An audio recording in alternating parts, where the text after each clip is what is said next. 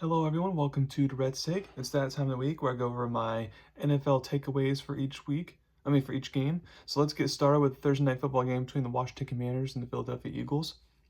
The Eagles' big gain is more than the Giants' big loss. So we all know that Saquon Barkley, leaving the Giants and adding Eagles is going to be very good for Philadelphia and very bad for the Giants. But it also hurts for all the other division opponents that Saquon Barkley has to play. Barkley ran for 146 yards in the game-winning touchdown. Also had 52 receiving yards. Um, Philly fans, you just cross your fingers that Barkley remains healthy all season because that's the only question with him and his career is about health. Okay, Sunday you got Baltimore versus Pittsburgh. Lamar needs to avoid steel country.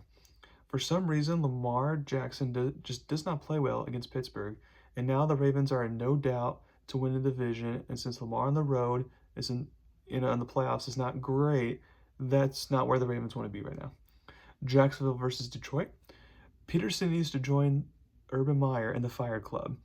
Doug Pearson, needs to be let go this week. It's one thing to lose, but to lose, that type of game where the team you can just tell is given up, like the Chargers did last year against the Raiders, and then Brandon Staley finally got canned.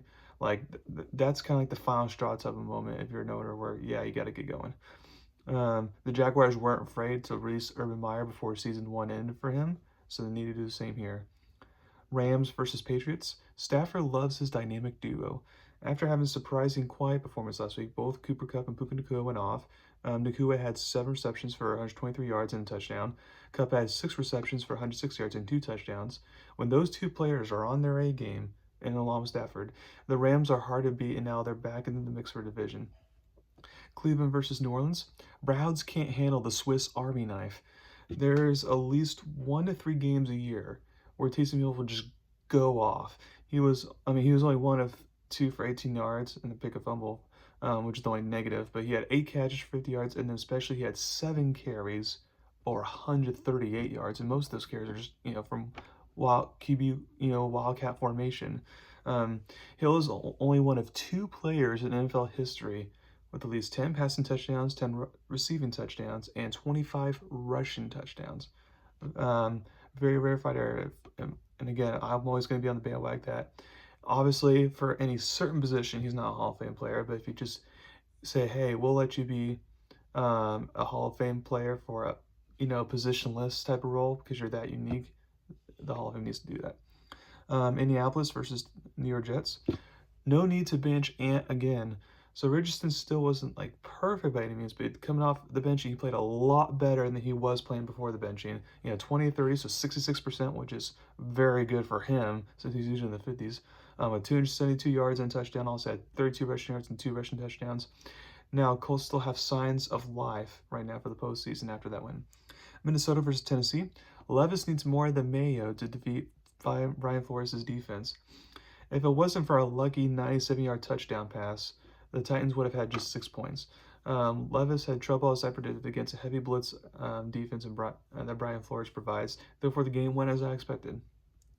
Vegas versus Miami. Dolphins offense continues to roll. Since Tua has returned from concussion, the Miami offense has scored at least 27 points in 3 of the last 4 games. They'll probably score a lot again next week. Green Bay versus Chicago. Jordan shines in Chicago. Not Michael Jordan, but Jordan Love ends up being clutch in Chicago and having a big pass to Christian Watson and rushing 2 straight times to get into the end zone. And then obviously special teams got the key block to seal the deal. When you're fighting for, playoff position and to just, dominate your rival in general, that was a very important clutch thing for Jordan to do there. Atlanta versus Denver.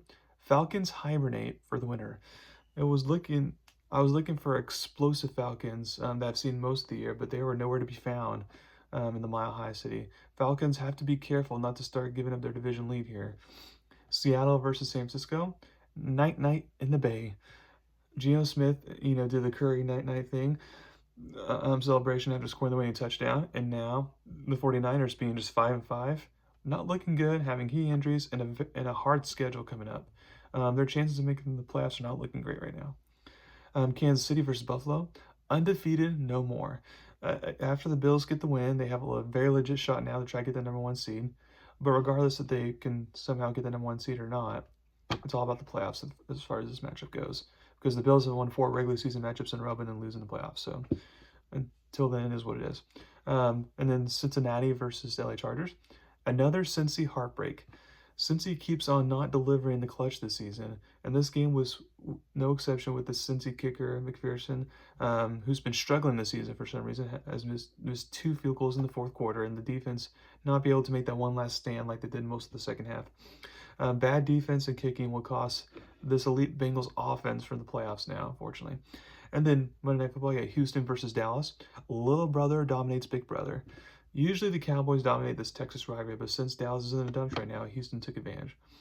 So thank you very much for listening to my podcast today. Please subscribe to my channel to learn about me. I'll come out with my usual NFL predictions and my top 10 college football games of the week on Thursday, so stay tuned for that. Thank you very much, and y'all have a wonderful day.